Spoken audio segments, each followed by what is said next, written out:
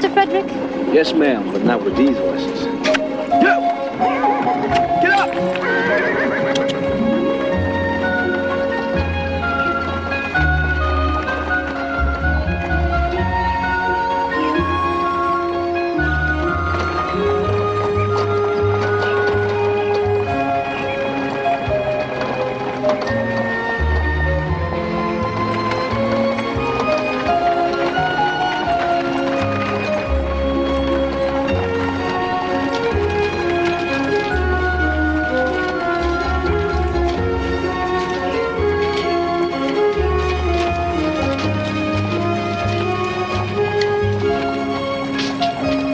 Here, boy, let us lend a hand there. Take a pin that in. Here we are. Careful. To the wheel. Well done. Thank you very much. Thank you, Mr. Smith. You're very welcome.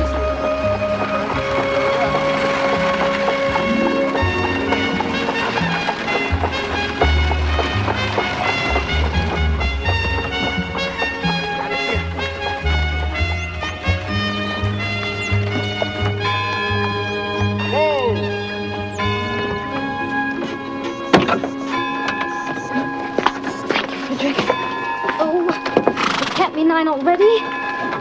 Bring the rest of the books in when you Don't finish. worry, Miss Crandall.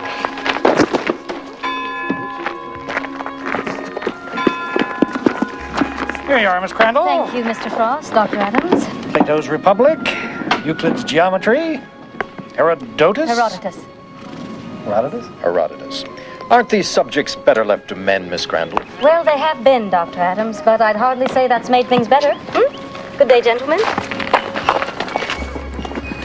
Marcia, are the girls inside, Miss Prudence? My first day at school. I'm already late. That looks wonderful, Marcia. Thank you, Miss Prudence.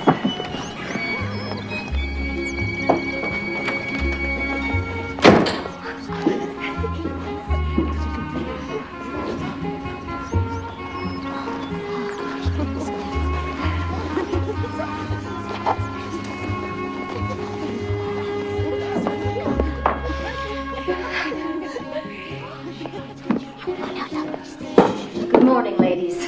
Good morning, Miss Crandall. Thank you for being so prompt. I'll have to learn a lesson from you, Now, it will be our custom here to begin and end each day with a prayer. So why don't we all bow our heads? Blessed are the poor in spirit, for theirs is the kingdom of heaven. Blessed are they that mourn, for they shall be comforted.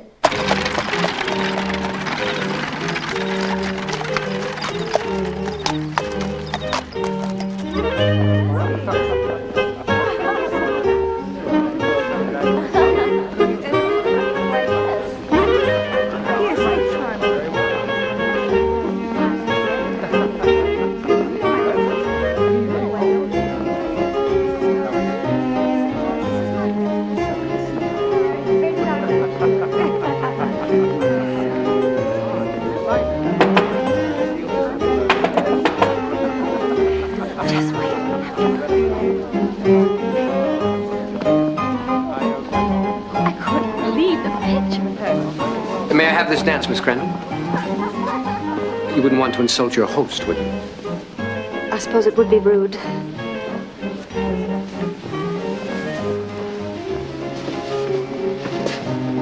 Town Selectmen have decided to observe you at your school.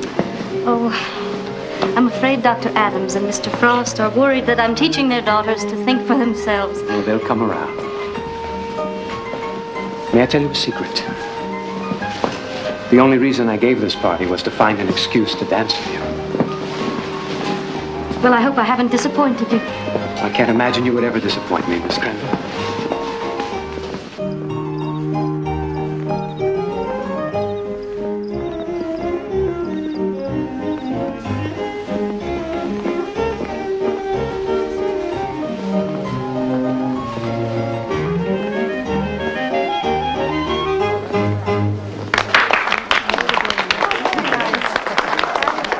Thank you, Miss Crandall. Thank you, Mr. Gibson. I believe we're being watched. You don't think they disapprove? I suspect they do. Now listen carefully and repeat after me. Comment allez-vous? Comment allez-vous? It's very good. Merci. No, thank you. Je suis très bien, merci. Je suis très bien, merci. Je suis très bien, merci. Tu es très bien, merci. Tu es très bien, merci. Tu. What do you think you're doing? Nothing. Well, here's something. I don't know what Charles sees in you. My intelligence. Very good. Now, shall we continue? Am I going to have to force it out of you? I thought you accepted this ride simply to be with me. I did. Well, what did the selectmen think of my school? Dr. Adams was effusive. And Mr. Frost? Delighted. And Reverend Whitten? Even the very Reverend Whitten conceded he's never seen a school run so well. That leaves only Mr. Andrew Gibson. Mr. Gibson is the happiest of all.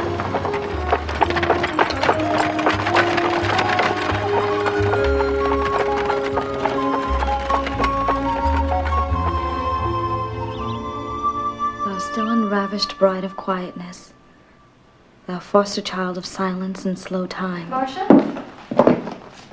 I've made a list of goods we need at Mr. Coyte's store. Yes, ma'am. I'll do it right away.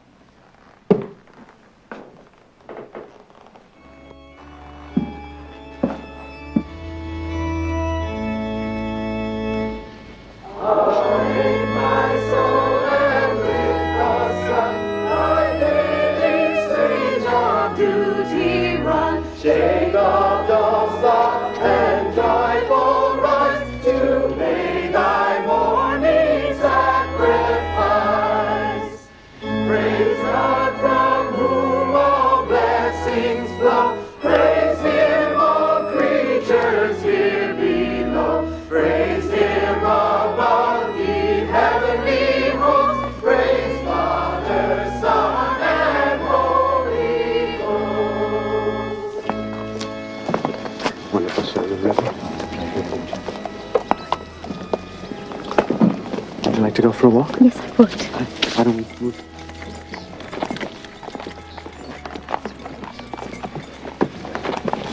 Will you excuse me, Andrew? Sir.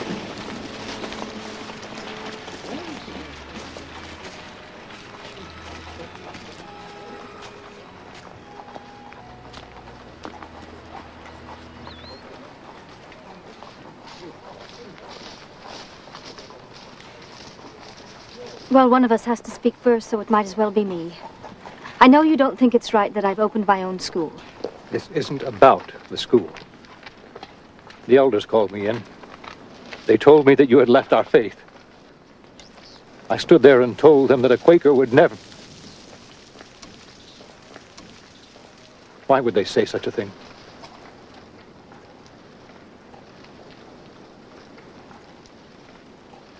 When did this happen? Father. When? I didn't know how to tell you. The elders have offered to let you return to your teaching at the Academy in Providence. I've told them that you would. And I assure you it will not be for any profit. I'm sorry, but I'm nearly 30. I don't have a husband and little prospect of obtaining one. I bought my house with my own money, and I turned it into a school the whole town is proud of, and I will not give it up. The elders will disown you. Well, let them. I found God in other houses. I invited him into mine. Don't force me to make a choice. Father.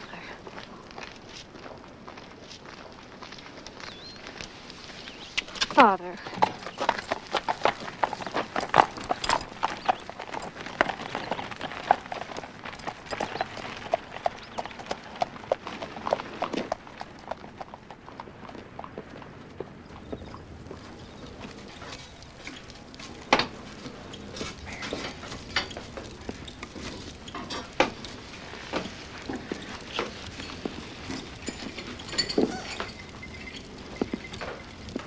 Thank you, Marcia.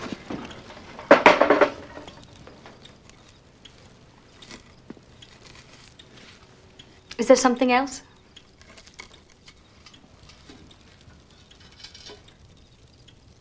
No, Miss Prudence.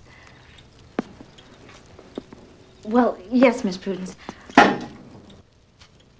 was hoping, Miss Prudence, if I might be able to sit in the back of your class. I'll be marrying Mr. Charles Harris soon, and I'm sure it would make me a better wife to... I may? Mm-hmm. If you finish all your chores first, I won't object. Oh, I will, Miss Prudence. I will. Thank you. Mm-hmm.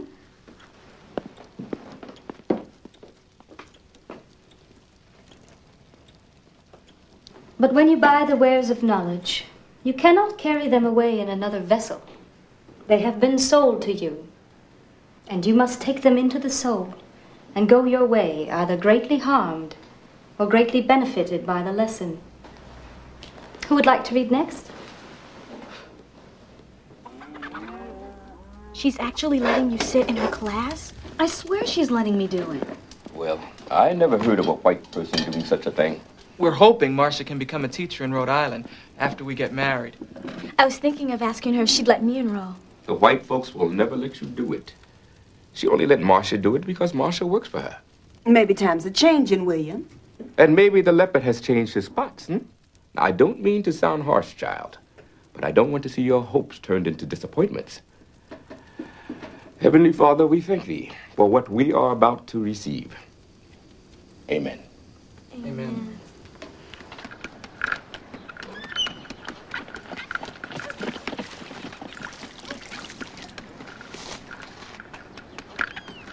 Here's your chance. Go on. Father will kill me if he finds out. All right, I'll do it.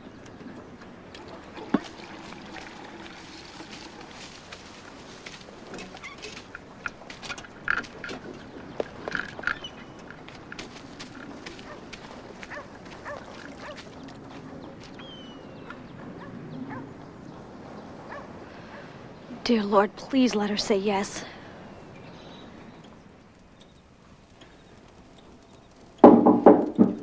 Come in. I'll be leaving now, Miss Crandall, and I just didn't want you to be without. Thank you, Frederick.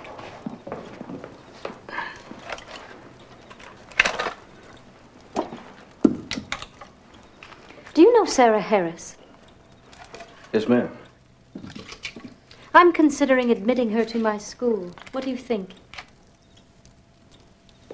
I don't know, Miss Crandall.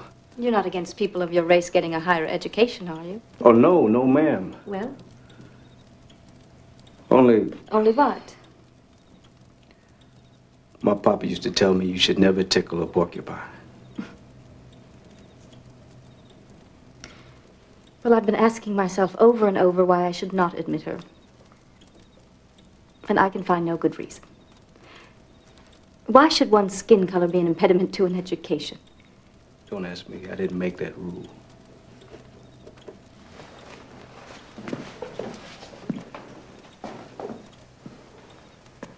Miss Crandall. Yes. Have you ever read a newspaper called The Liberator? No, I haven't, but I should very much like to.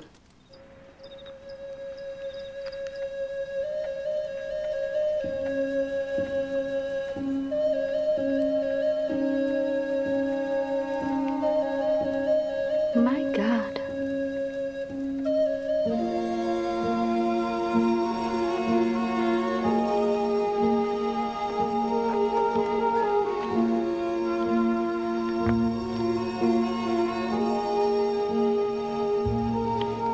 You've hardly spoken a word since we've left. Is everything all right? Yes, of course.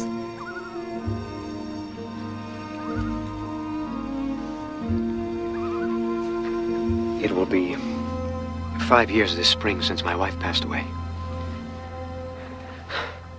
Why do I feel like a young boy in front of his school teacher? Prudence, I've tried to keep my feelings about you a secret. It's not one you've kept very well. Please, let me get this out or I'll never be able to say it. Yes. I know there's some difference in our ages, but I ask you not to judge a book by its cover. If you could find in your heart even some small stirring of affection toward me, I would cherish such feelings forever. I don't mean to tease you, and you should never doubt my feelings. And my dearest Prudence, will you marry me? Nothing would make me happier. Not even being the wife of a state senator? Really? Yes, I've decided to run. I'll have to go to Hartford tomorrow, but when I come back, we'll officially announce our engagement.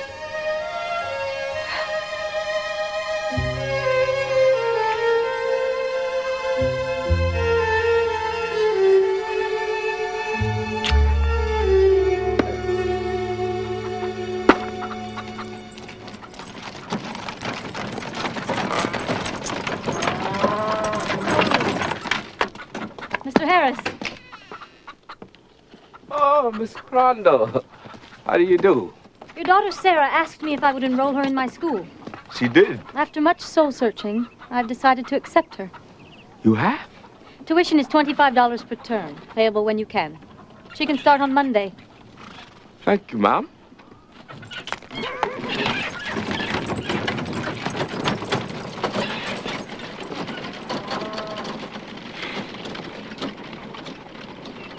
You'll be making a mockery of those who have supported you.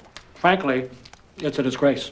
You'll cause the colored inhabitants of Canterbury to look up and claim equality. Your sentiments are wonderfully Christian, gentlemen. It's not that we don't highly regard some colored people. William Harris is a hard worker. There isn't one of us who doesn't feel his daughter should be educated. Just as long as it's at some other school. The point is, Miss Crandall, we cannot set a precedent here that will level the races. This is the kind of thing that can only lead to intermarriage. May I remind you, Dr. Adams, that Moses married a colored woman? Really, Miss Crandall, you may as well advocate polygamy because it was lawful in the days of antiquity. Daniel, we are not unreasonable men, Miss Crandall. If Andrew Gibson were here, as he should be, I'm sure that he would agree with us wholeheartedly. And I believe that he will wholeheartedly support my decision. Well, be that as it may, I'd like to propose what I consider to be a fair solution. Now, you can move your school to some less prominent location, and then if you choose to admit Sarah Harris, that will be your business. And what about my house? I'm sure funds can be found to buy it back from you. Gentlemen, neither my house nor my convictions are for sale. Now, I have a right to run my school as I wish. You're a woman, Miss Crandall. An unmarried woman. You have no rights.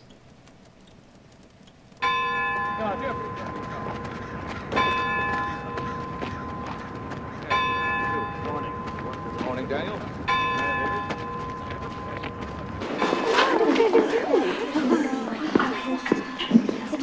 Ladies, will you please take your seats at once?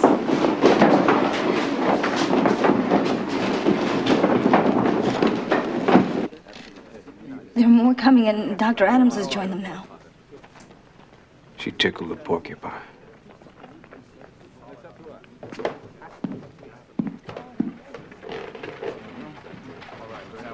Here they come.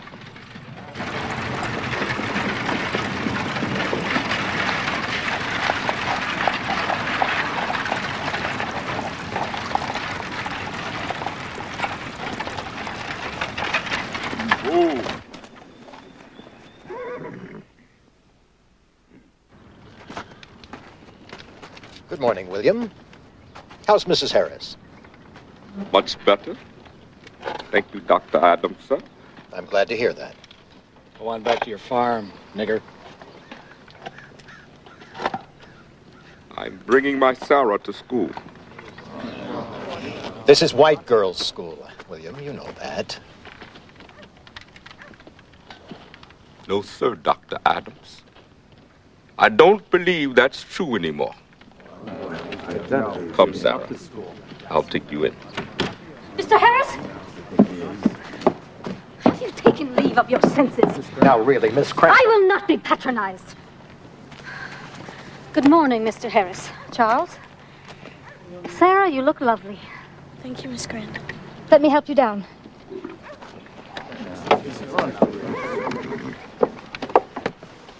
I'm warning you, Miss Crandall. Stop this now, or your school will sink. Then let it sink. Mr. Harris, I have a pot of tea brewing. Would you and Charles care to come in and have a cup to warm you for the journey back?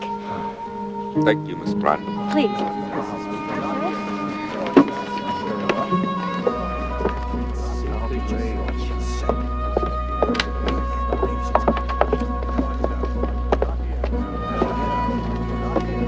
This matter will not end here, Miss Crandall.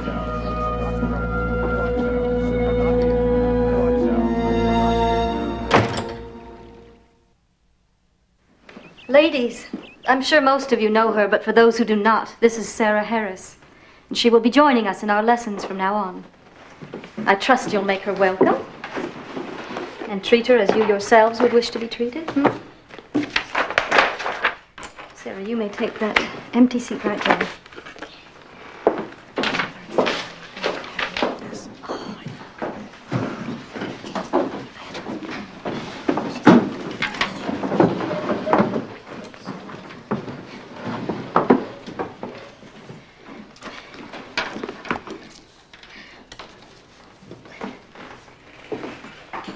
Well, now, we begin and end each day with a prayer. Although we've already said our morning prayer, I don't think it would be inappropriate to start this day over with the 23rd Psalm. Do you? No. Are you familiar with it, Sarah? Oh, yes, Miss Crandall. Very good. Let us all bow our heads. The Lord is my shepherd, I shall not want. He maketh me to lie down in green pastures. Viola Adams, get your coat and come with me. Now.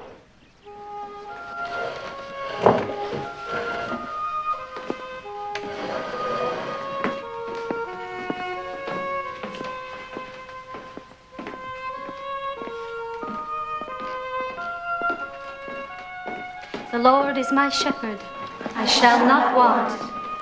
He maketh me to lie down in green pastures. He leadeth me beside the still waters. He restoreth my soul. He leadeth me in the paths of righteousness for his name's sake. Surely goodness and mercy shall follow me all the days of my life. And I will dwell in the house of the Lord forever. Amen.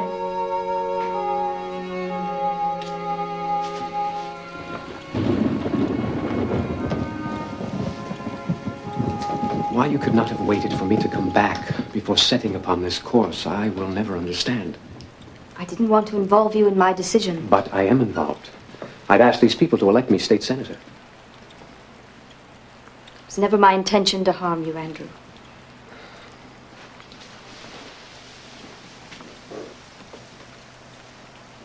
Why did you feel you had to do this? I looked into her eyes and saw myself. Help me. Speak out on my behalf. But she's a colored girl, for God's sake. And didn't you once say that one should never judge a book by its cover? So I did. But you must see that the time isn't right. One day, perhaps, but now it is too soon. Promise me you'll wait a bit, and I'll do everything in my power to bring back your former students. I've put my hand to the plow, and I cannot turn back. So be it. Andrew, I've told no one of our engagement. Neither have I.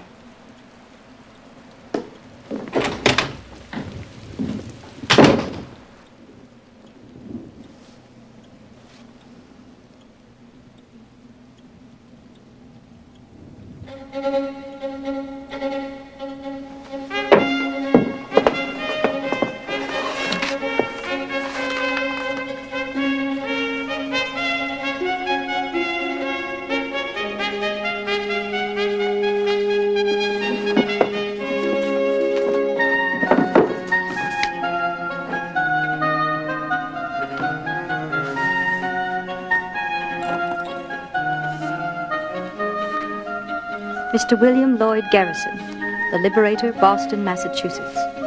Dear Mr. Garrison, I am to you, sir, I presume, an entire stranger, and you are indeed so to me, except through the fire of your words.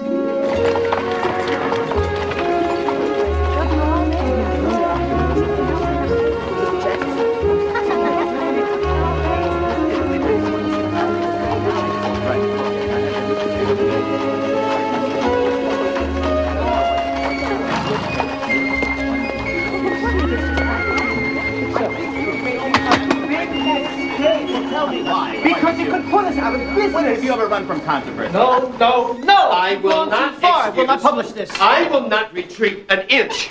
You cannot call the President of the United States a bloody ignoramus and not expect to inflame our enemies. I don't give a tinker's damn if they roast in hell. I only regret that the English tongue is so lamentably weak and deficient that I can't curse slavery in terms equal to its infamy. Mr. Knapp and I agree that you should compose this as is. Mr. William Lloyd Garrison. Yes. I'm Prudence Crandall from Canterbury, Connecticut. Well, I wrote to you and you wrote back, inviting me up.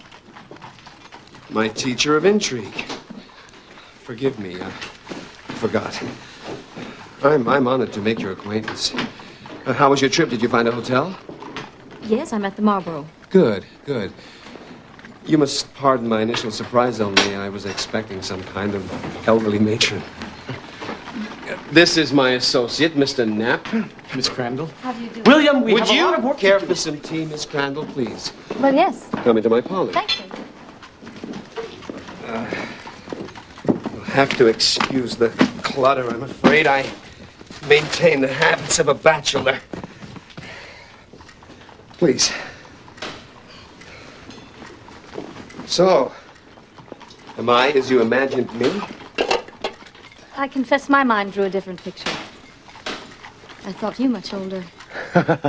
Sort of feeble, elderly gentleman.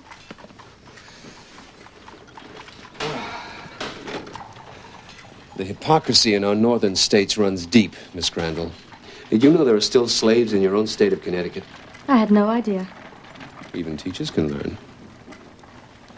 And be aware, you've stepped into the forefront of a great battle. Now, I can be your willing knight who will do all within his power to help you. But it will be your battle. Send them back to Africa. Out of sight, out of mind. Such are the noble thoughts of the American Colonization Society.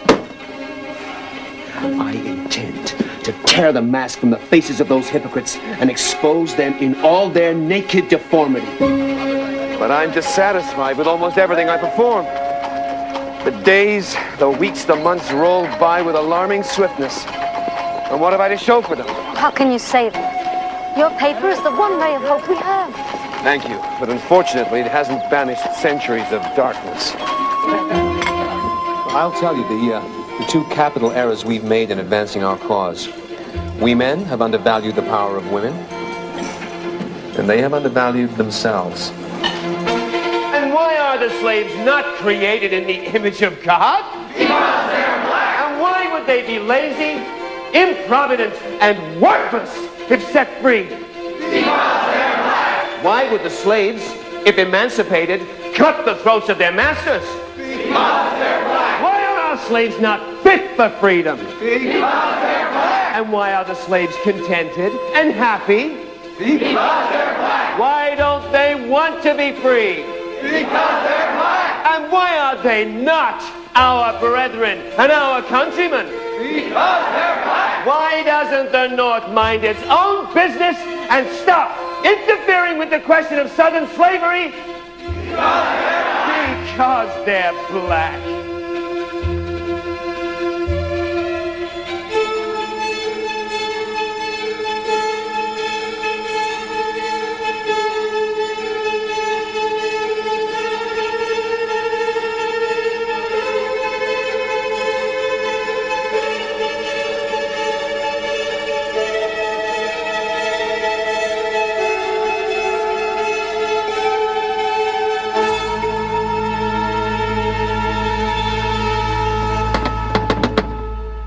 Mr. Garrison! Who is it? It's Miss Crandall.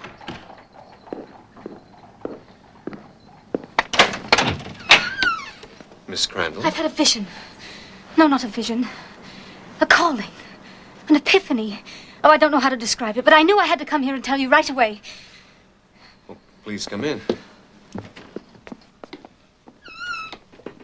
I was nearly asleep when suddenly my whole being was filled with a great clarity. I know now what I must do with my life from this moment on. I want all my students to be colored girls. I want to open my school only to them. There exists no such school as you propose anywhere in the United States. And those who oppose you will do so with all the force they can muster. So you think now is too soon? I think that yesterday was too late. I think that what you propose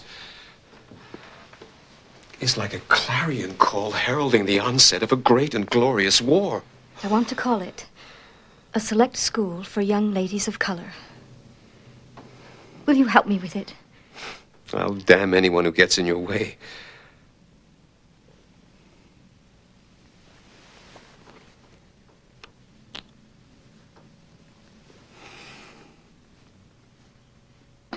I'll arrange to send you a list of black families in New England whose daughters would be a credit to your school.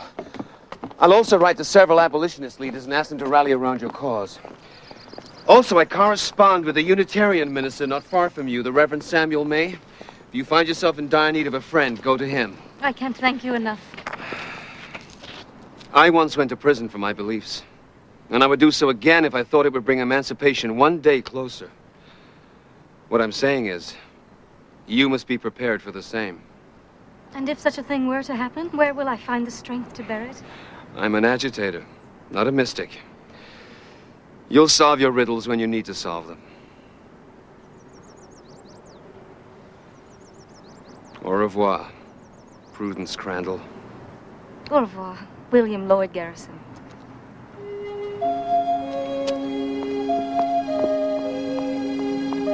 May God be with you.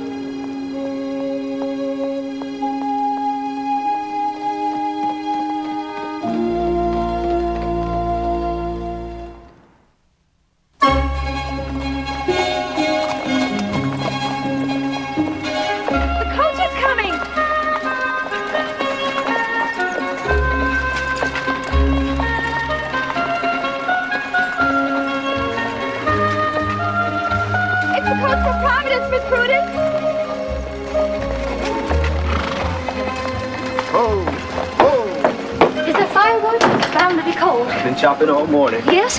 I want you to put some water on for tea as soon as we get back. It's already on, Miss Crandall.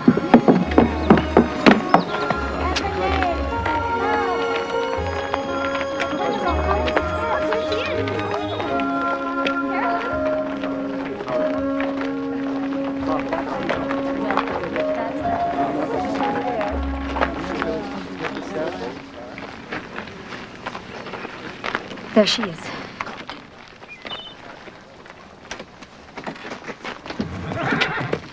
Eliza Hammond? Hello. Welcome to Canterbury. I'm Miss Crandall. We're so happy to see you. This is Frederick. How do you do, Miss Hammond? And Marcia. Oh, we've been praying for this moment for the longest time. Well, Frederick will get your trunk. Come in, we'll get you settled.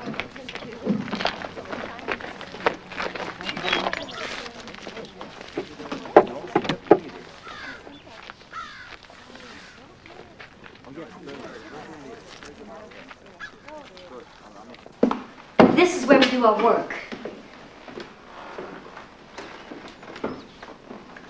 We study mathematics, and philosophy, literature, the sciences.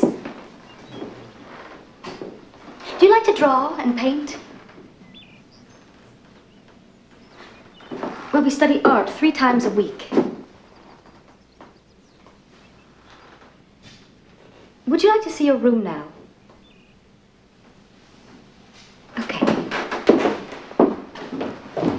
Miss Crandall? God bless you.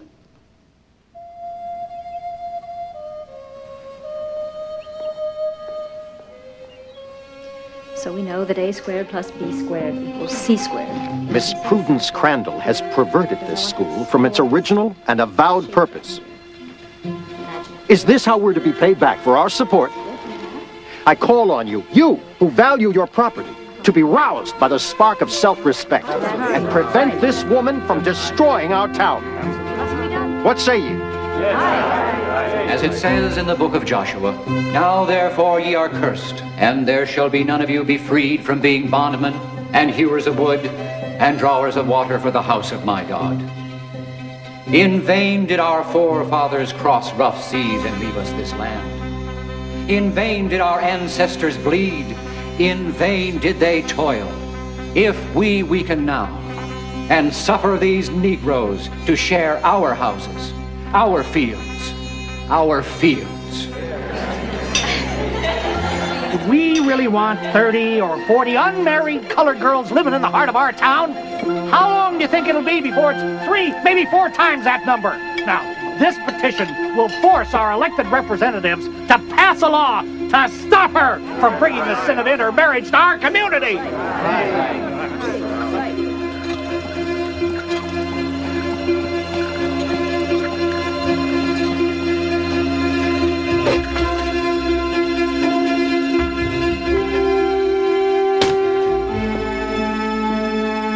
Take your hands off that.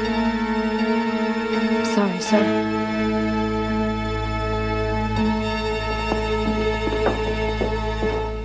Good day, Mr. Court.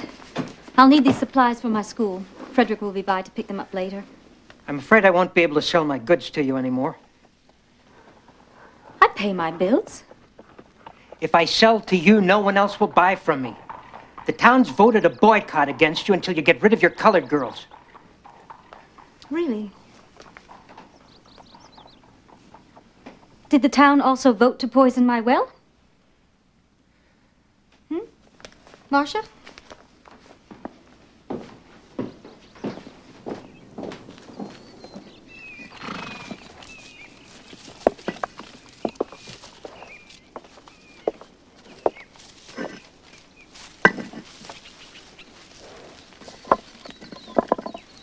I need your help, Father. The town's cut off our wood and food. Our water's been poisoned.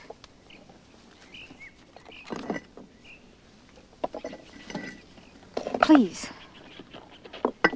don't punish me as well. You have brought this upon your own head.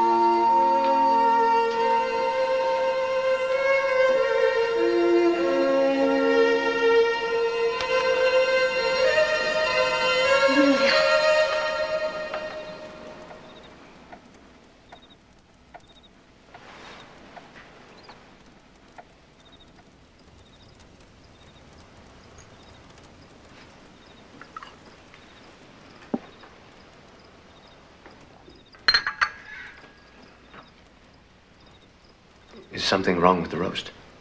No. I'm sorry. It's very good. I've treated you unfairly, Andrew. Why would you say something like that? I came here because I need help.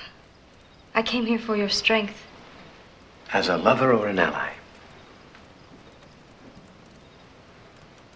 Perhaps I better go. Prudence, wait. Hear me. Perhaps the certainty of my feelings can help you. I invited you here tonight because I wanted to tell you that I forgive you. Despite what you've done, my feelings for you are unchanged. Despite what I've done? God knows I'm trying, Prudence. Yes. Is it this man Garrison? I've read his paper. I've heard what he's had to say about the people of Canterbury. You don't know the first thing. I know he's blinded you. I know he's only interested in you so he can promote his foul ideas. Prudence, if you desire to be with children, I am not opposed. My offer of marriage still stands. I can think of no better woman to be a mother. I'm sorry, Andrew.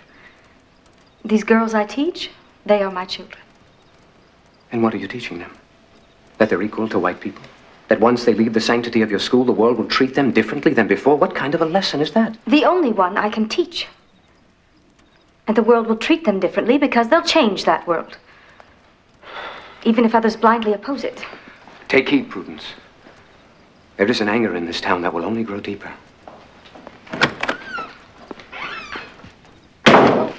Oh, how heavy. Oh, it's so heavy. You've come to our rescue with all these provisions, Mr. Harris. I don't know where to begin to thank you. Whoa! You won't let me pay you, and... No, I'm not interested in the money, Miss Crandall.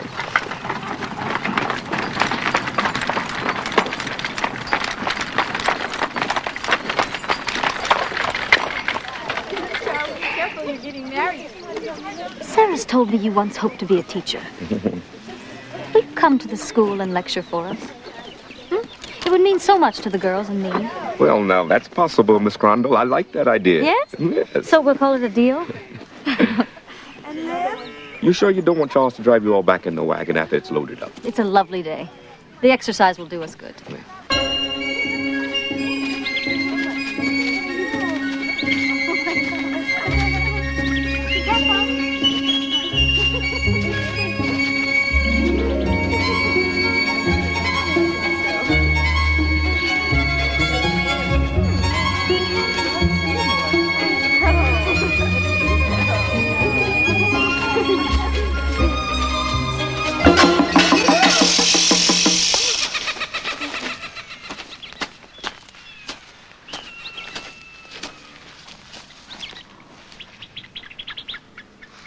Keep walking.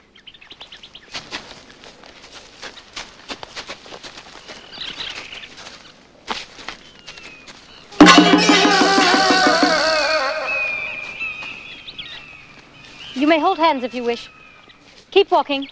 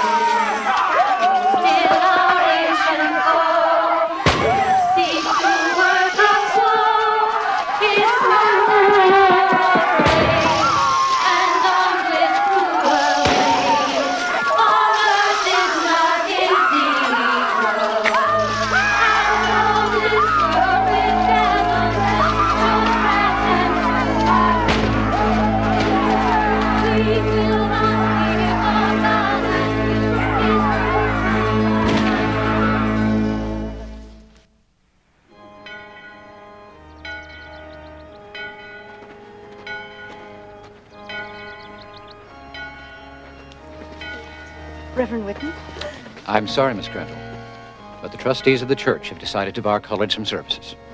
Of course, you are free to attend by yourself. I worship with the girls or not at all. Suit yourself.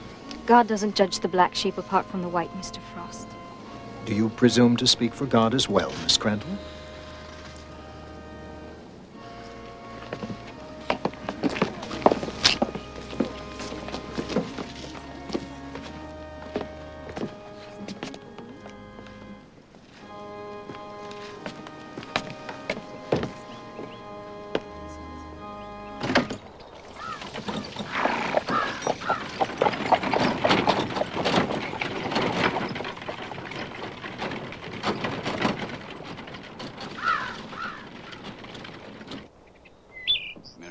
It was a lovely service, thank you. Jonathan. Good day, sir. All right, this way.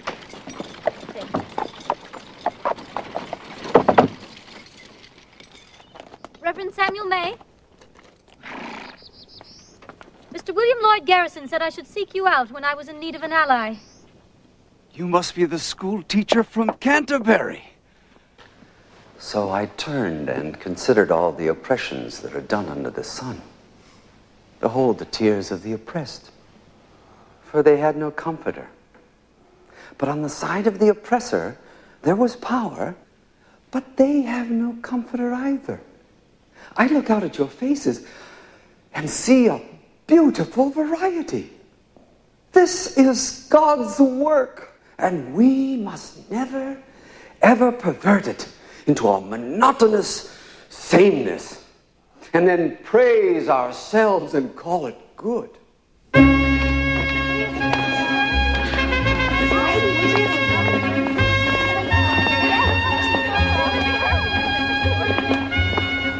Well, I believe you are the bravest woman in America, Miss Crandall. I don't know whether to cheer you or pity you for it. I simply seek a friend. Oh, you may count on it. Did you know that Mr. Garrison is coming here to Brookline? When? Sunday after next. He delivered one of those fiery assaults on the narrow-minded. Made him rather infamous.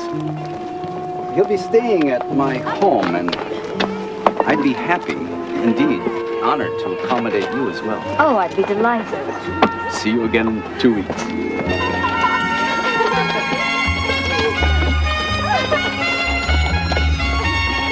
What do you say we have a proper Sunday dinner with all the Trinity? Thanksgiving! Yes, that's right. You can all help. And I'll make the centerpiece.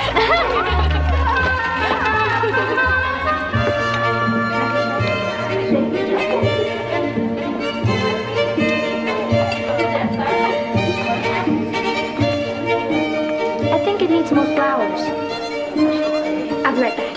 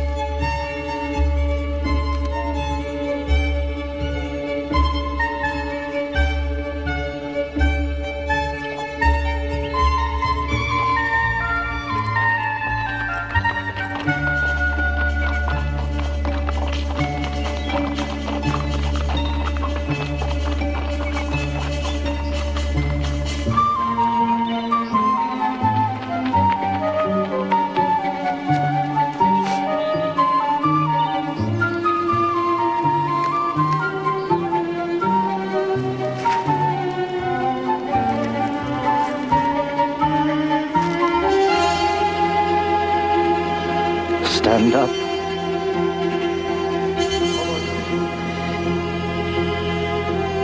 We have in this town an ordinance against vagrancy.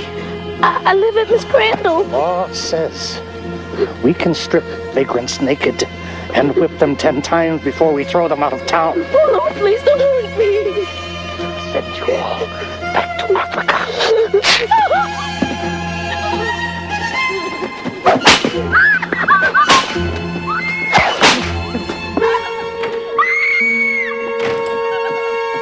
Everyone stay here.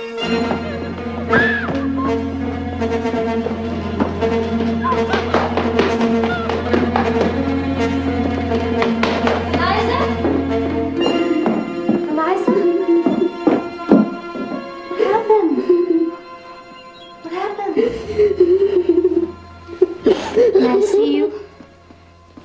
Will you let me see you? My God.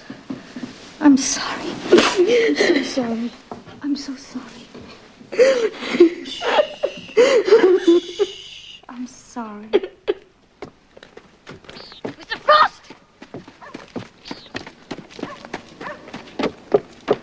Yes, Miss Crandall. If you feel fit to whip my girls, then strike me too. Go on, Mr. Frost. Strike me.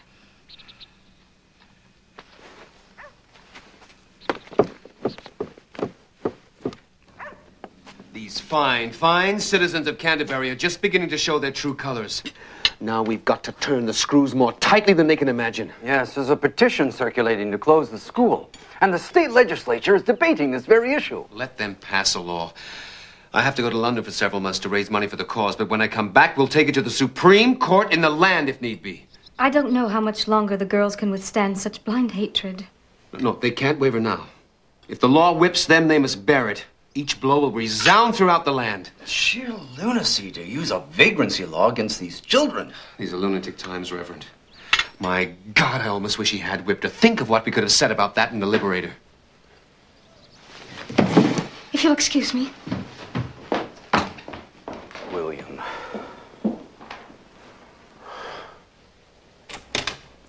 Damn my blasted mouth.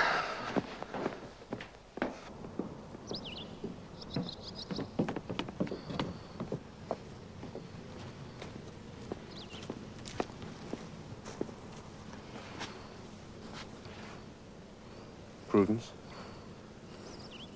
this is no time to lose your resolve. My girls are not lead type that you may move around on your press for the greater glory of William Lloyd Garrison. They are not words, or causes, or ideas one may banter with over dinner. Eliza is a flesh and blood person. And if you had held her in your arms, or felt her tears upon your breast, you would never have said what you did.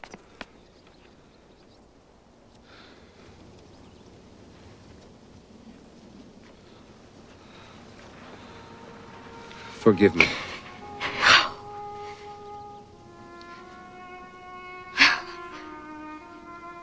You don't know what a trial each day has been. I've prayed every night for the chance to see you again. To renew the strength we found together in Boston. I'm trembling.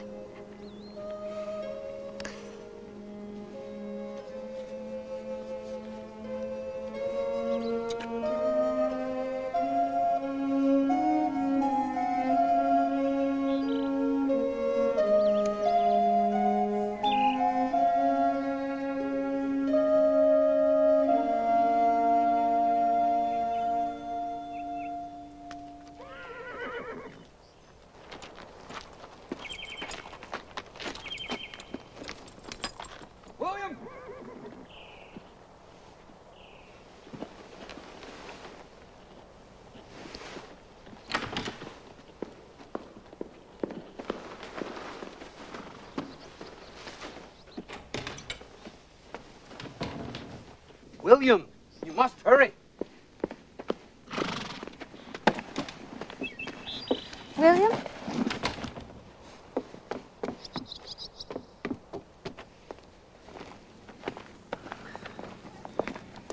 I didn't want to disturb you. The sheriff's on his way here with a warrant for my arrest. It seems the good Andrew Gibson has sworn out a writ of libel against me. I wrote a letter. For you, I was going to give it to Sam. Here. Well, what's in it that you can't say to my face? William! I'm engaged to be married. Her name is Helen Benson. I've known her family for years. You love her? I suppose.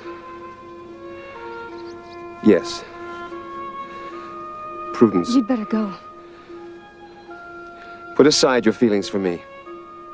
Let nothing dissuade you from your calling. I won't.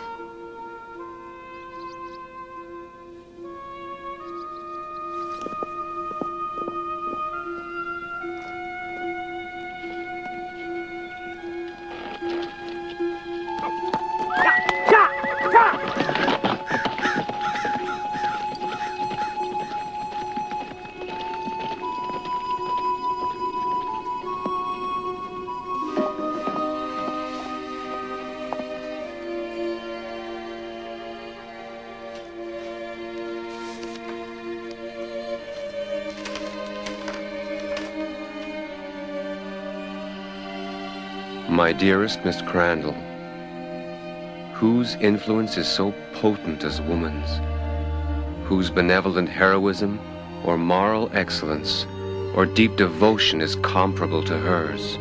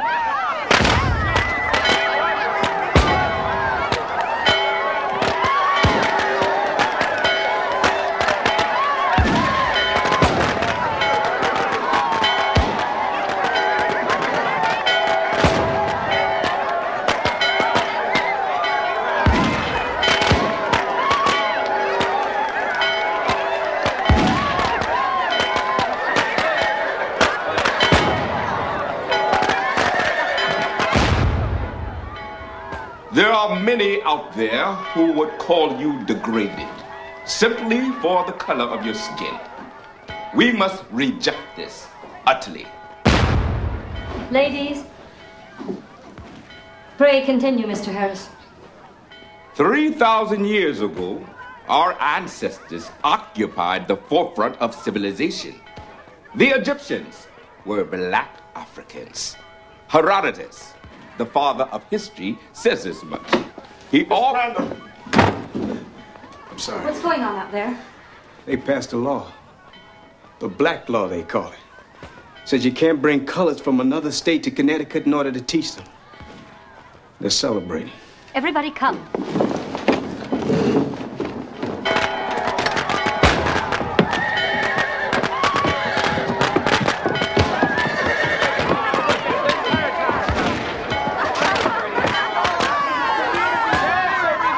Study well those faces and see them for what they are. The geometry of hate, the science of ignorance, the literature of fear. I can only teach you the quiet light of truth. Embrace it. And I promise there's no cannon, no sword, no law that can extinguish it.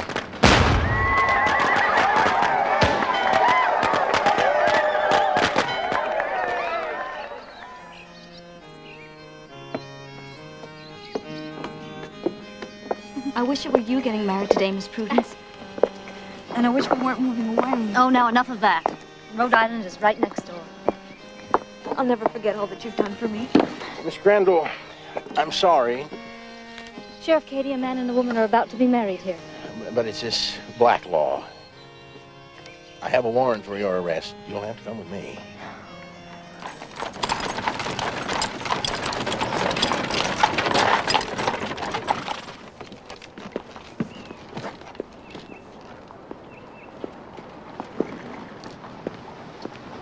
I came as soon as I heard. I see your supporters have deserted you. No, Andrew. I'm not deserted. They offered help, but I refused. Let me post bond and save you from this horror. No. I'm only afraid I will not be put in jail. I beg you not to martyr yourself for the ideas of William Lloyd Garrison. This has nothing to do with him. What I do of my own free will. Sheriff? Prudence, wait! Our ideas, no matter how different, are still but ideas and separate from our feelings.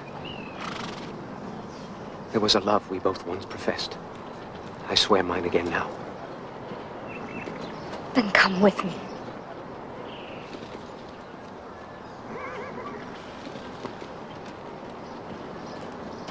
Place me in your jail, Sheriff.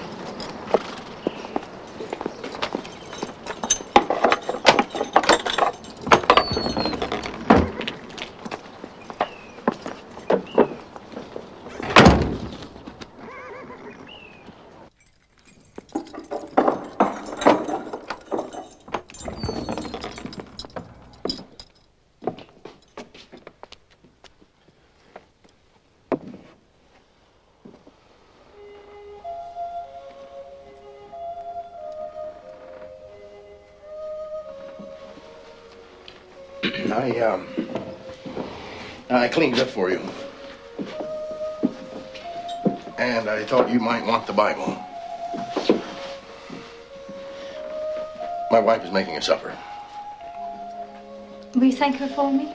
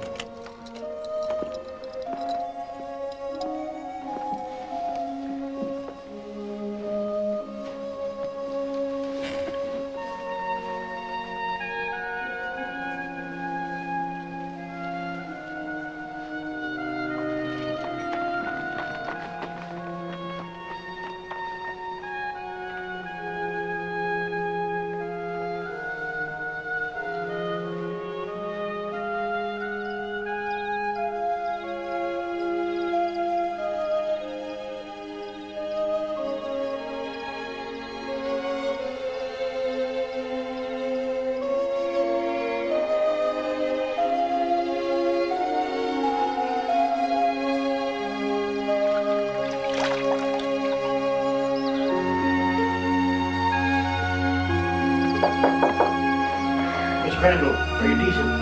Yes, you may come in.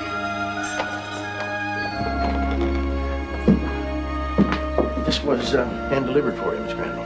Thank you. Were you able to find out how my girls are doing? Sally Harris and the Reverend May are watching him. That's all I know. Thank you, Sheriff.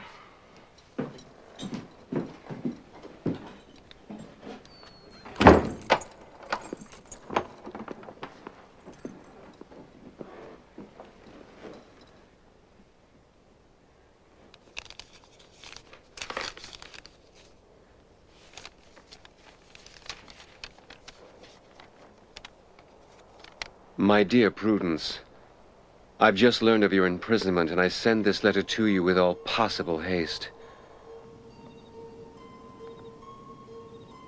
I hope, under the circumstances, that you're doing well. You broke my heart, William. It was not my intention. And what is to become of me now? I will do all within my power to help you. There's an attorney I've spoken with, Parker Ellsworth. He's totally committed to our cause. He'll leave for Canterbury at once. Remember the words we spoke when we first met? I told you that I was once in prison for my beliefs. And I asked where I would find strength to bear it. And I replied that you alone would discover the solution to your own riddle when you needed to. Now is the time, Prudence. Now is the time.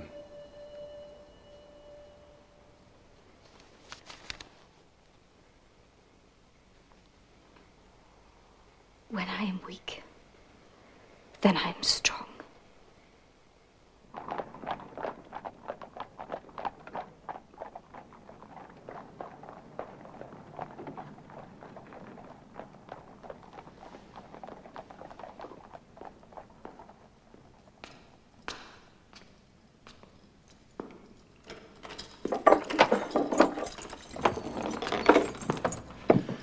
Your bond's been posted, Miss Crandall.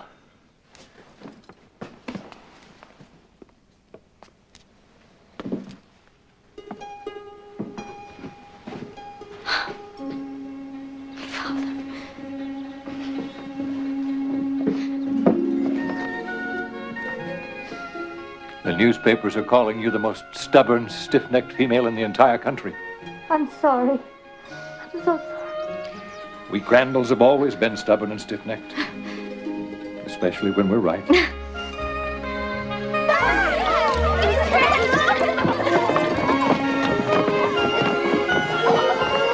I missed you all so much.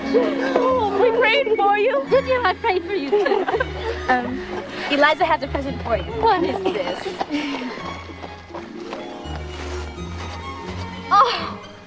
Oh, it's beautiful, Eliza. Oh, I will treasure it always. Oh. Come here. Wonderful. Thank you. The lawyer that Mr. Garrison sent is here for you, Miss Prudence. Busy. Well, I best go in and see him. I don't think there's anything I've ever wanted more as a lawyer than to argue your case for you. I'm afraid, Mr. Ellsworth, that we don't have the money to pay you. All that's been taken care of. By whom? The Benson family. Would that be the family of Miss Helen Benson, whom Mr. Garrison is engaged to marry? Have you any objections? No. Do you think Prudence has any chance of winning? If clear heads prevail. But I can't mislead you. There will be a dozen white men on the jury, and they will not look kindly upon what you've done. There's something else that troubles you. The girls. Your students. The opposing lawyer has subpoenaed them as witnesses. No. He can't do that. You don't know what they've been through already. To march them into a court of law, surrounded by all those faces. It's too much to ask of them. I won't permit it. The black law allows it. Well... And there may be no way to prevent Mr. Gibson from doing it. Mr. Andrew Gibson? Mr. Garrison tells me you know him. Yes, we do. I think I should advise the girls of their rights. Oh, please let me speak with him first. Excuse me.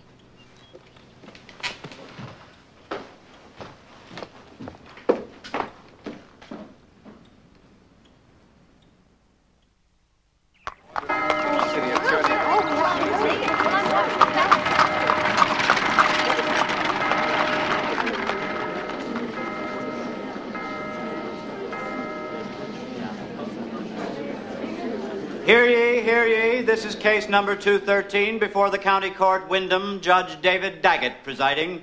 State of Connecticut versus Miss Prudence Crandall. All rise.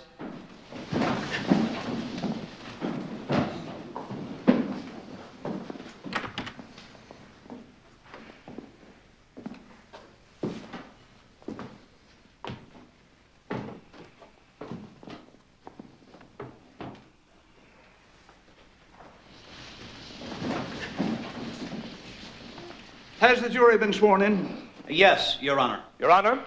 Yes, Mr. Ellsworth. It has come to my attention, Your Honor, that one of the jurors, Mr. Simon Olin, is currently a member of the legislature and, in fact, voted for the so-called black law that brings us here today. Therefore, Your Honor, we ask that you dismiss him from this jury. I don't mean to appear thick-headed, Mr. Ellsworth, but what are the grounds for your objection to Mr. Olin? He voted for the law, Your Honor, which means he's formed an opinion that is clearly prejudicial to my client. I myself was a member of that same legislature, Mr. Ellsworth. Do you mean to say that I am prejudiced as well? Not knowing you well enough, Your Honor, I prefer to give you the benefit of the doubt. I'll remember that, Mr. Ellsworth. And may I remind you that all reasonable men form opinions. It's quite natural. Just as it is quite natural for opinions to change. Your job, Mr. Ellsworth, is to change his opinion. Do it well enough, and you'll win your case. Mr. Olin shall remain seated. Thank you, Your Honor. Will the state's attorney read the charge, please? Your Honor, that the said Prudence Crandall did harbor, board, and instruct at a school in Canterbury certain colored persons, to wit Eliza Hammond, Catherine Ann Weldon, and others who at the time so taught were not inhabitants of any town in this state. And does the defendant still plead innocent to the charge? Yes, Your Honor. That will be enough. That will be enough. Very well. You may begin your opening argument, Mr. Gibson. Gentlemen of the jury, I think there's a grave misunderstanding as to the reason why we're here today. The legislators who enacted the black law and the people who now support it are not opposed to the education of the colored population. I am no advocate or defender of slavery. I lament its existence and regret its evils as much as any man or woman in this room. But what I do oppose is the importation of coloreds from other places for the purpose of education. I oppose it because it is simply the law. And those of us who would teach the rest of society must begin by learning to abide by the laws society makes.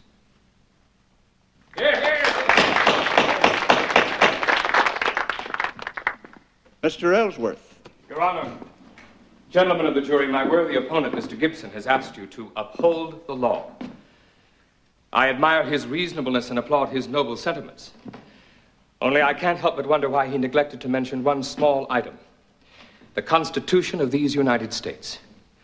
Was it because this so-called black law is utterly and completely at odds with the very principle in the Constitution that the citizens of each state shall be entitled to the privileges and immunities of the citizens in all the states? These girls have a constitutional right to an education in any state they choose, just as Miss Crandall has the right to teach them. And so I ask for your help. Those who persecute Miss Crandall have cloaked their bigotry with a law. Together, we can tear off that cloak and lay bare their hypocrisy. And we will do it with the only means we need, the Constitution of the United States.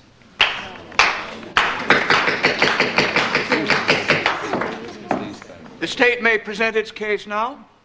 Your Honor, the state would like to call the Honorable Mr. Daniel Frost.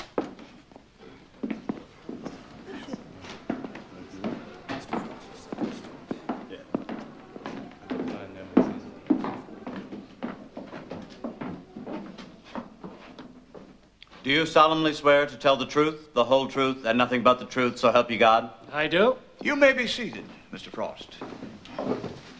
Mr. Frost, are you familiar with Miss Crandall's school? I ought to be. I'm downwind of it.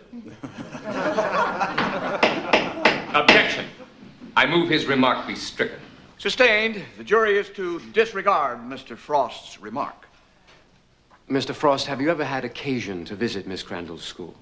Indeed, I called on her some months ago. I wanted to talk to her about her colored girls. And what happened at that time? Well, she introduced me to 4 of them. They were from New York, Massachusetts, and Rhode Island. Objection. Hearsay. I'll allow it, Mr. Ellsworth. Overruled. Would you repeat again, Mr. Frost, where these girls who attend Miss Crandall's school come from? New York, Massachusetts, and Rhode Island. Thank you. That's all, Your Honor.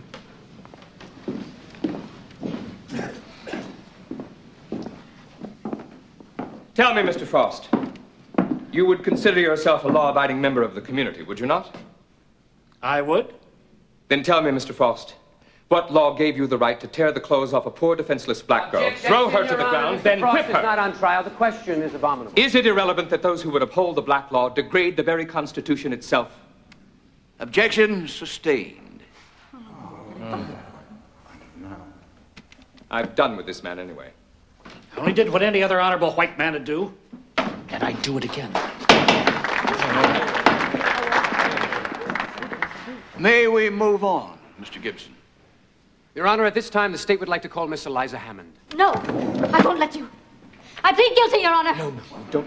I don't have them involved in this. Your Honor, my client is greatly distressed by what she has just witnessed. We need time to discuss her plea. I request an immediate adjournment. Any objections, Mr. Gibson? No, Your Honor. Very well. You have until tomorrow morning at 9 o'clock, Mr. Ellsworth, at which time she may enter a guilty plea if she so desires. This court is adjourned.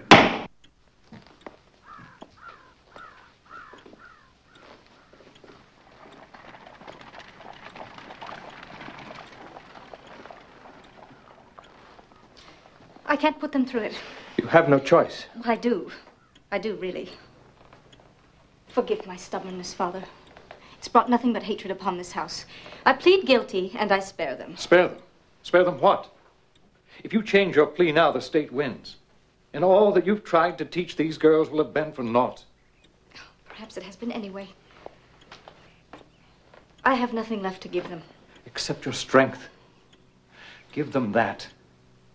And they will have learned more than any fact from any textbook.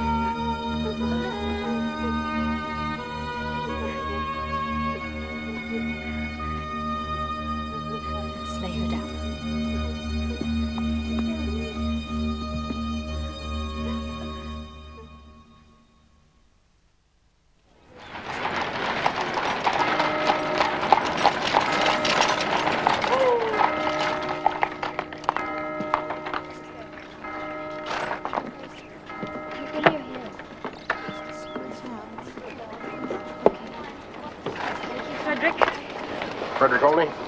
Yes. You're under arrest. What's the charge? Arson. I saw him set fire to your school last night. That's not true. Don't be ridiculous. Why would he do a thing like that? To help you gain publicity for your plight. What? You can put a stop to this before anyone else is forced to suffer. I was wrong, Miss Crandall. Do as you think best. Spare the girls.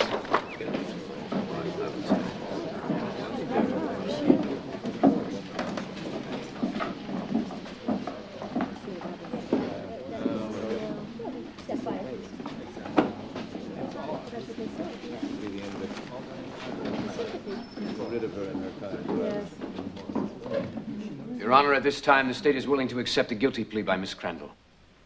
Will the defendant rise? Do you wish to enter a guilty plea, Miss Crandall?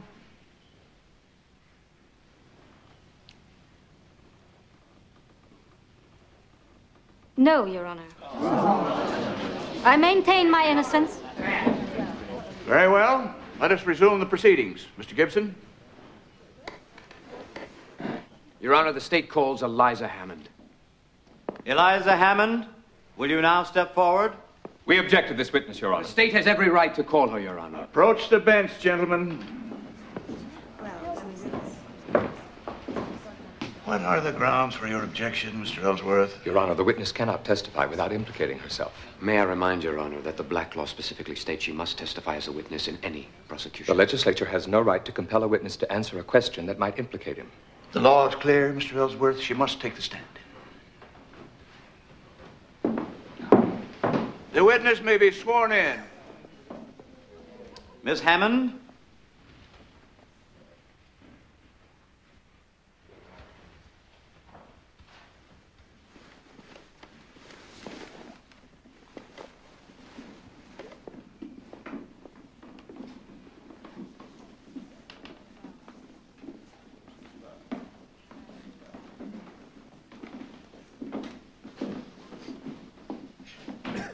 Raise your right hand.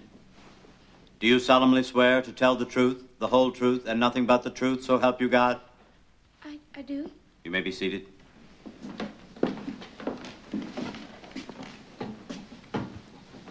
Relax, Miss Hammond. Nothing bad is going to happen to you. Yes, sir. How old are you? 15, sir. Certainly old enough to know the difference between right and wrong. I think so, sir. Speak louder, child. Yes, sir. And between the truth and a lie. Yes, sir.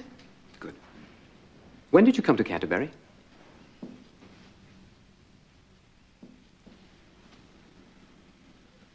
Miss Hammond. I declined to answer on the grounds that I might incriminate myself. But you've sworn to tell the truth now. What state were you born in, Miss Hammond? I declined to answer on the grounds that I might incriminate myself. Has Miss Crandall kept a school for colored girls from other states? I declined to answer on the grounds that I might incriminate myself. Has the defendant instructed any persons of color since April of this year? I declined to answer. Yes, I know. Is Catherine Ann Weldon a student at Miss Crandall's school? I declined to answer on the... Who put you up to this? Was it Miss Crandall's attorney? No, sir. Do you even know what the words you're saying mean? Yes, sir, I do. I know because I am educated, and she's the one who taught us, God bless her. This is intolerable, Your Honor. Do you wish to do something about it, Mr. Gibson? No. Not at this time. I have no more questions. You may step down.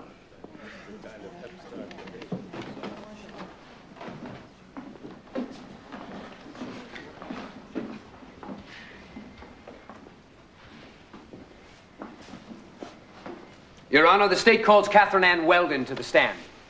Do your parents reside in New York State? I decline to answer on the grounds that I may incriminate myself.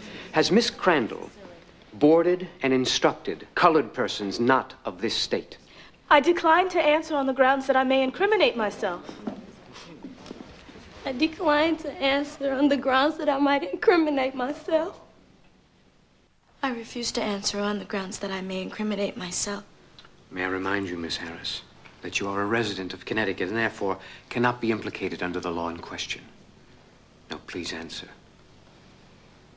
I decline to answer on the grounds that I may incriminate myself. Enough is enough, Your Honor. I move you cite this girl for contempt. Your Honor, rather than have this young lady committed, I'd like to advise her to testify at this time.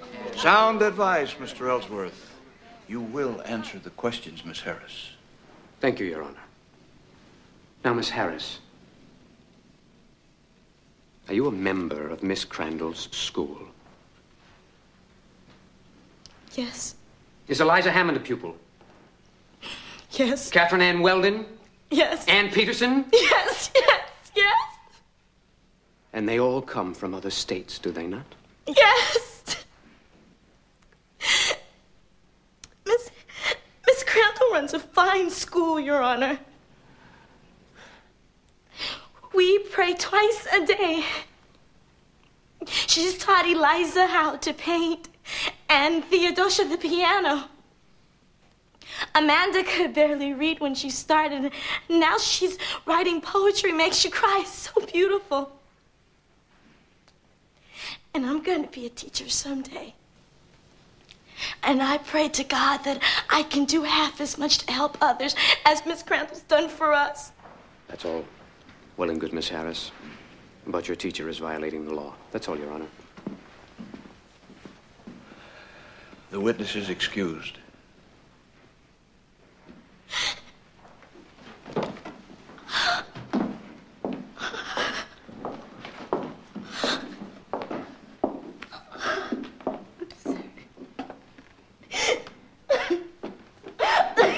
It's all right, child. It's all right.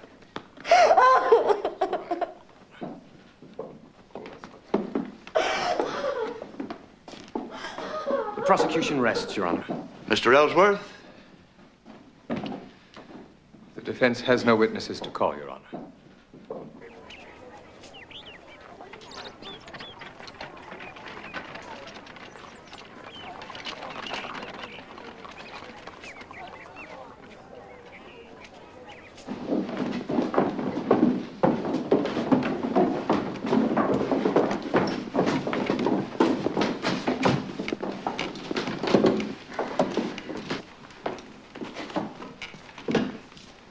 Have you reached a verdict? We have, Your Honor.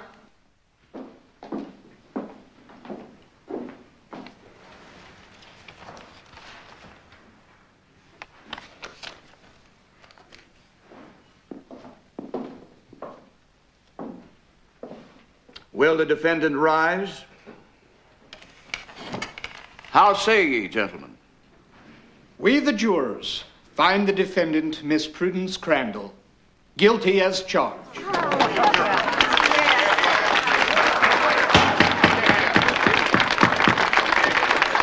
Crandall, your school will be closed immediately. We demand an appeal. Granted. Miss Crandall is to be released pending such an appeal. This court is now adjourned.